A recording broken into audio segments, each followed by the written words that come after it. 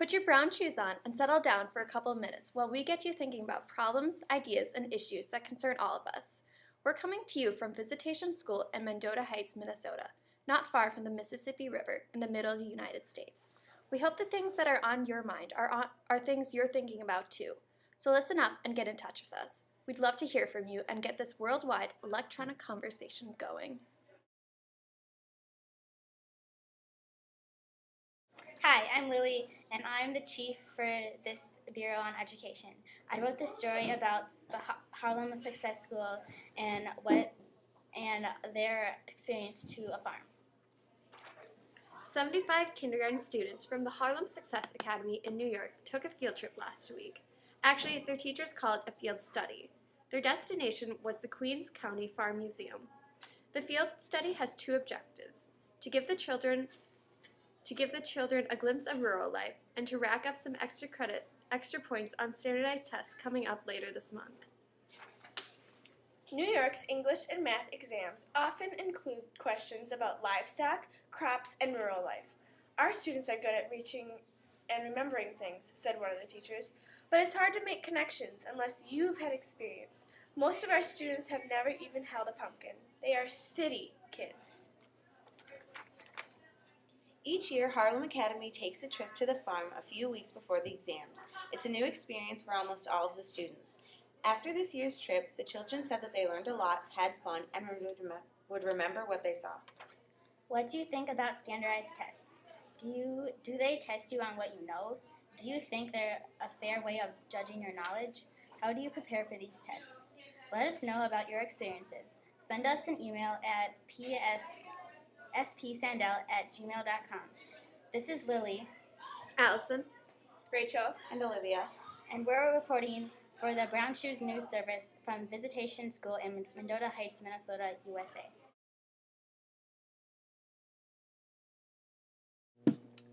I'm Haley, and I'm going to be talking about the legalization of prostitution in Taiwan. Prostitution is the oldest profession in the world. This says a lot about our culture, both ancient and modern. It attests to the idea that the vast majority of cultures are based on a male-dominated tradition, a concept that has relatively unchallenged until recently. However, it is also true that some cultures are taking a step backward when it comes to protecting women from illegal trafficking. According to the Times of India, Taiwan has legalized prostitution, and New Zealand is considering doing the same. Through such news is discouraging, it is recognized that the education of women is expanding. Women are beginning to argue for their rights, as acknowledged by the Coalition Against Trafficking Women. Are women's rights being strengthened by efforts to legalize and protect the activity, or are we moving backward? We can simply state what we know. What do you think? I'm part of the Brown Shoes News in Minnesota, USA. In the recent months, Russia, the biggest oil producer in the world, has decided to drop out of OPEC, the Organization of Oil Exporting Countries, and they've seen beneficial profits. The 12 nations of OPEC struggled last year, while the Russian oil companies' profits have gone up and their share prices have gone up too. Not only is Russia the biggest oil producer in the world, it is also the biggest exporter of oil, and it doesn't look like that will change anytime soon. A financial expert at Troika Investment Bank in Moscow says OPEC made an effort to reduce its oil exports. The result has been higher prices. So Russia, on its own, decided to produce more and sell more.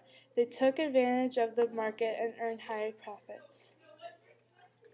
Russia broke away from the OPEC because they wanted to be more independent in their decision on oil production, and it seems to be working for them, even in this time of economic and environmental crisis. Lower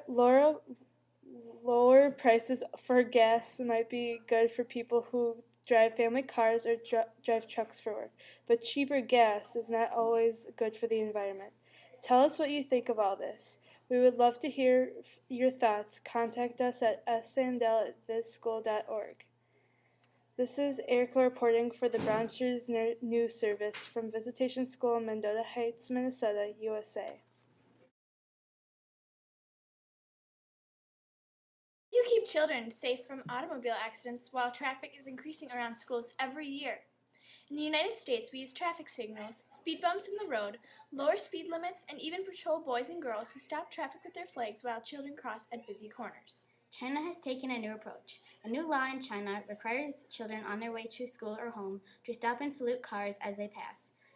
The evident cultural difference from our Western society has caused some controversy. Some people say that the law is degrading to children rather than helpful. China has been criticized before for making laws that seem unusual or ill-conceived. In this case, Chinese officials claim that the law has reduced traffic accidents.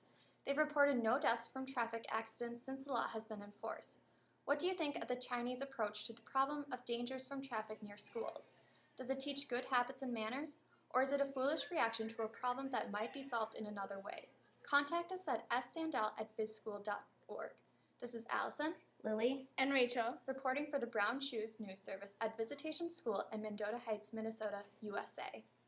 Thanks for taking time to watch this episode of Brown Shoes News. We'd love to hear from you about the issues and ideas that have been part of this program.